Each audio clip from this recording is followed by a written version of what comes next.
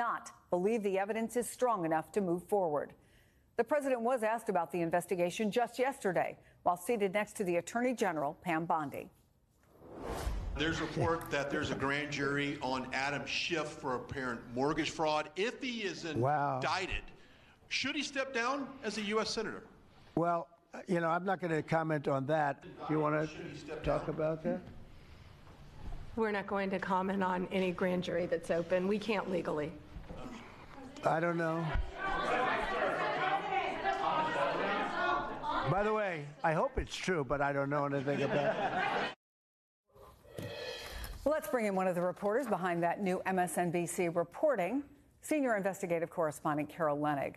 Also with us, Brendan Ballou, a former federal prosecutor who served as lawyer in the DOJ's National Security Division. Carol, tell us more about your reporting. Thanks, Chris. Yesterday, we got a tip and were able to confirm that the acting U.S. attorney, a career prosecutor who's the top prosecutor in Maryland, had concluded that there was not sufficient evidence. There was not a case to be made based on the facts and the records that Senator Adam Schiff had engaged in any mortgage fraud involving the refinancing of his Maryland home there. What we learned was, and we've been reporting on this for a while, she also alerted the Office of the Deputy Attorney General, Todd Blanche, to her conclusions that this is just not a case, despite, obviously, as everyone knows who is watching Twitter or watching MSNBC, the President of the United States has been pushing for some time for his Department of Justice to bring a criminal case against this political critic of his, Senator Schiff, who, as a member of the House of Representatives, led an impeachment of Donald Trump in his first presidency.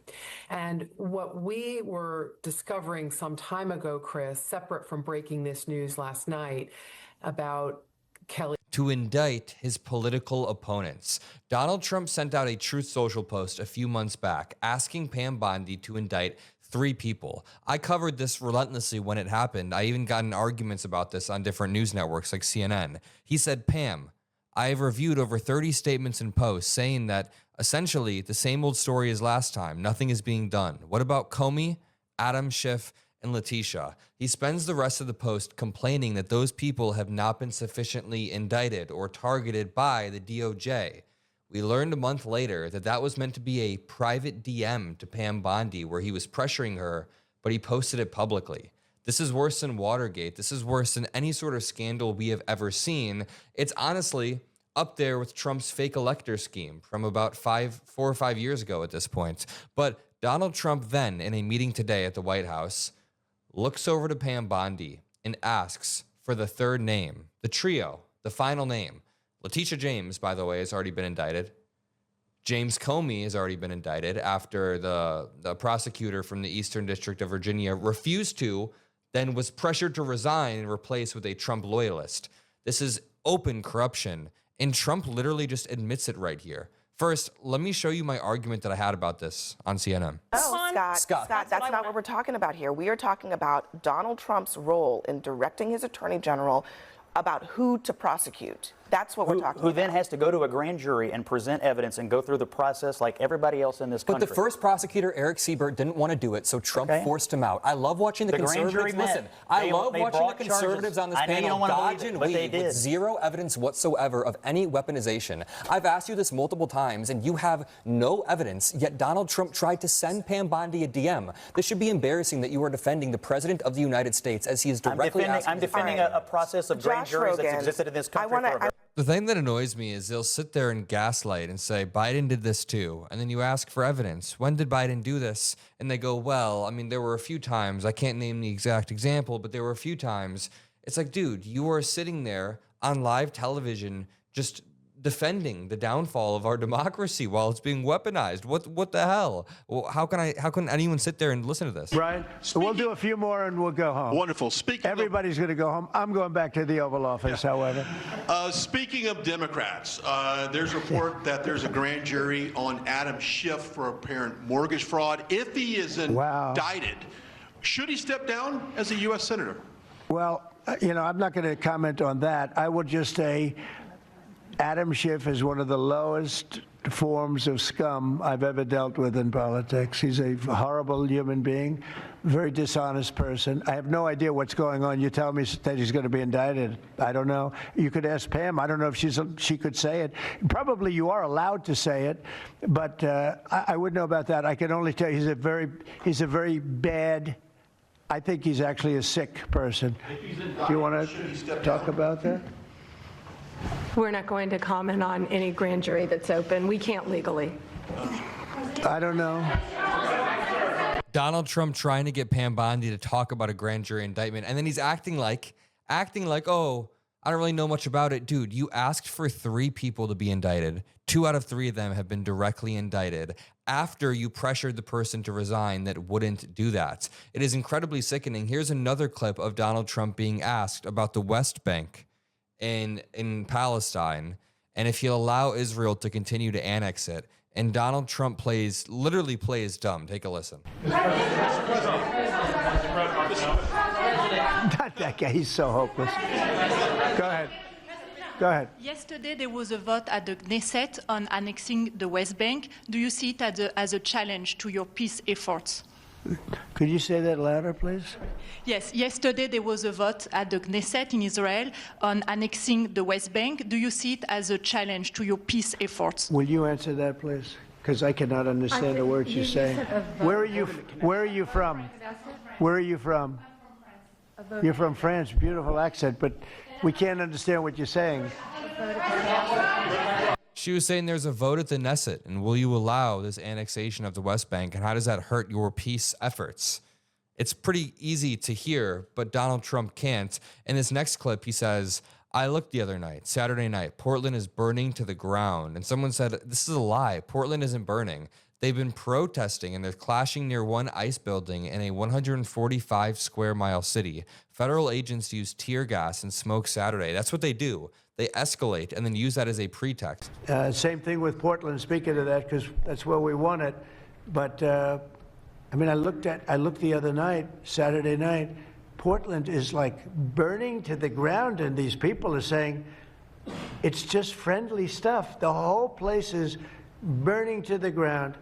So we'll take care of that one. That's like an insurrection more than it is anything else. That's crazy. Portland's crazy, and. Donald Trump is using the word insurrection while also asking Pam Bondi to target his political opponents.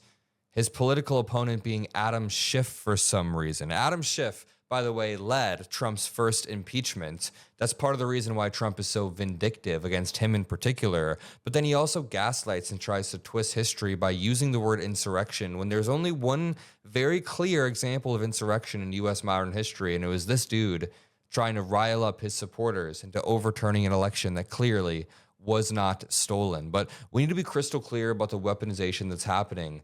There's nothing like this that has ever happened in U.S. history, or at least in modern U.S. history, where the president is openly directing their attorney general to target multiple people, openly moving the pieces to make sure that any federal prosecutors who don't like him resign or are fired. It's absurd. Here's Trump talking about the No Kings protests. A great courage. I've been watching what goes on, and then you have the radical left lunatics, and what's that all about? I mean, they're fighting us because we want to stop crime. Where do these people come from? They're paid money. I guess they're paid a lot of money, but like I saw that ridiculous march the other day. I say, these people are not representative of our country. And not all of them, of course, but many of them are total lowlifes. These are lowlifes. These are people that are paid agitators. This was a Saturday march. It was on the weekend, and millions of people turned out across the country with a pretty unified message. There was no violence. There was nothing that was agitated. This was not a riot. It was a protest. It was a walk. There were picket signs. It was literally America to its core. I don't know how that doesn't represent America. You know what doesn't represent America is the White House actively blocking the press from documenting Trump's disaster renovation. Trump has been tearing down the East Wing, and the White House has been doing everything they possibly can to block the press and make sure that nobody understands. This is what doesn't represent America. This is not representative of America.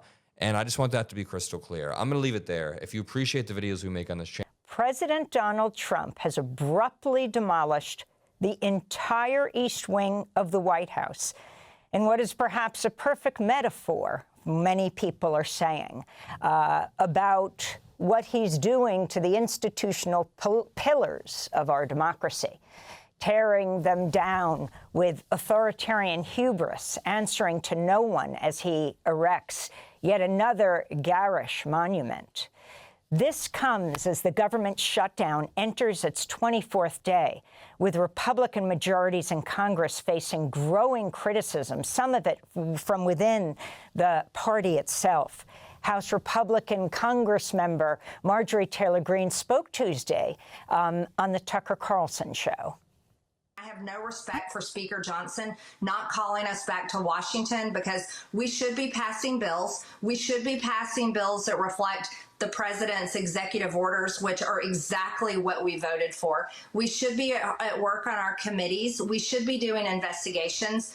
And you want to know something? We should be passing the discharge petition that Thomas Massie put in to release the Epstein files. Many times I hate my own party and I blame Republicans for many of the problems that we have today. And I blame them for being so America last, to the point where they are literally slaves to all the big industries in Washington, the military industrial complex, big pharma, health insurance industries, you name it. They are literally slaves to them, and they love the foreign wars so much. Congressmember Marjorie Taylor Greene, a Republican, has also called for the extension of the Affordable Care Act subsidies, a key demand of Democrats to end the government shutdown. She wrote on X, quote, "I'm going to go against everyone on this issue because when the tax credits expire this year, my own adult children's insurance premiums for 2026 are going to double, along with all the wonderful families and hardworking people in my district," unquote. Well, today we look at the growing fissures within the Republican Party as Republican House Speaker Mike Johnson refuses to swear in the Democratic Congressmember-elect Adelita Grijalva of Arizona, who would be the final vote on a discharge petition to release the Epstein files. Republican Thomas Massie co-sponsored the rare bipartisan bill to require the release of the full Epstein files. So far, 4 Republicans have signed on, in addition to Massie. Yes, Republican Congressmember Marjorie Taylor Greene, Nancy Mace of South Carolina, and Lauren Boebert of Colorado, all Republicans.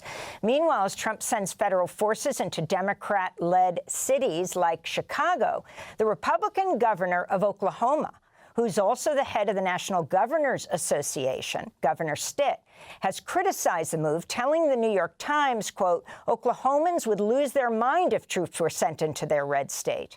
This all comes as Trump's nominee to lead the Office of Special Counsel, Paul Ingrassia, withdrew from consideration Tuesday following widespread backlash, including of Republicans, over a slew of racist texts.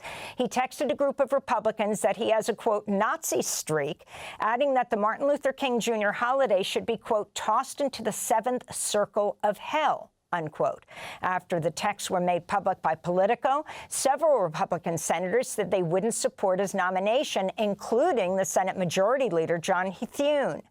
Vermont State Senator Samuel Douglas has just formally resigned over his comments in the chat. For more, we go to Vermont, where we're joined by Stuart Stevens, a former Republican political operative who worked on George W. Bush's presidential campaign and was the chief strategist for Mitt Romney in 2012. Stevens did not support Donald Trump as a Republican candidate either time. He's a senior advisor to the Lincoln Project and the author of 9 books, including The Conspiracy to End America, 5 Ways My Old Party is Driving Our Democracy to Autocracy, and It Was All a Lie, How the Republican Party Became Donald Trump. His recent essay for Zateo is headlined, My Plea to Democrats, Stop Being Polite, Go Nuclear. He also writes for the Lincoln Substack. We welcome you back to Democracy Now! Thanks so much for being with us, Stuart Stevens. Is there a growing fissure within the Republican Party? Are these divisions significant? First of all, it's great to be here. Thanks for asking me. Listen, I think that What's happening with Marjorie Taylor Greene is very specific to her desire to run as a statewide candidate in Georgia. And as we've seen, Georgia is increasingly a purple state. There's actually a lot of suburban voters that are not comfortable with the sort of ugliness of the ICE raids, are not comfortable with the idea that the East Wing is being torn down. They're not comfortable with the idea that Trump won't release the Epstein files. So she's trying to appeal to those voters. I think it would be a mistake to make too much of these fissures because Donald Trump has a control over the Republican Party, unlike anything I think we've seen in modern political history. So let's talk about the different issues. For example, the Epstein files. You have one Republican after another now joining the Democrats and demanding they be released. I mean, this week, it's, you have President Trump breaking down, demolishing the East Wing. The East Wing of the White House was the wing of the First Ladies, by the way. Also paving over the Rose Garden, which was put in by Jacqueline Kennedy, interestingly. But you have one Republican Congresswoman after another, Mace, Marjorie Taylor Greene, Boebert, joining with Massey in demanding the Epstein files be released. Do you think this will happen with more? And you have this unbelievable move of the House Speaker not seating an elected representative because he doesn't want the Epstein files released. That's what a lot of people are analyzing it as. Well, I think that's absolutely correct analysis. I mean, say what you will about Jeffrey Epstein. The guy's dead and he can still shut down Congress. That's pretty rare. I don't think this Epstein files thing is really very complicated. Most of us aren't worried about being on the Epstein files, in the Epstein files. The only person who would not want it released is someone who was worried about being in it, and that goes to Donald Trump. And you have to grasp here, Amy, is the degree to which the Republican subculture, maybe 45, 50% of the party, has made the Epstein files for a decade, really, to be a great cause. There's a part of an international conspiracy of child molesters that run a secret government, like the Illuminati, and Epstein was at the center of this. And they believe this, and it's become sort of an article of faith. So now you have the people who made fortunes out of becoming popular podcast hosts, like Don Bongino, of beating the drum to release the Epstein files. Kash Patel. Now they're in a position where they can, and they're not doing it. So that's a natural tension there. And I think it's going to play out, and it's ultimately going to have to be released, at least to some. When we talk about the Epstein files, it's sort of, what are we really talking about? There's such a vast trove of information, digital and otherwise, that was seized by the FBI. I don't think we're going to know what all of it is, but I think we'll know more than we know now. Can you talk about the ad campaign that you're involved with the Lincoln Project? Yeah, look, the Lincoln Project, just to kind of go to the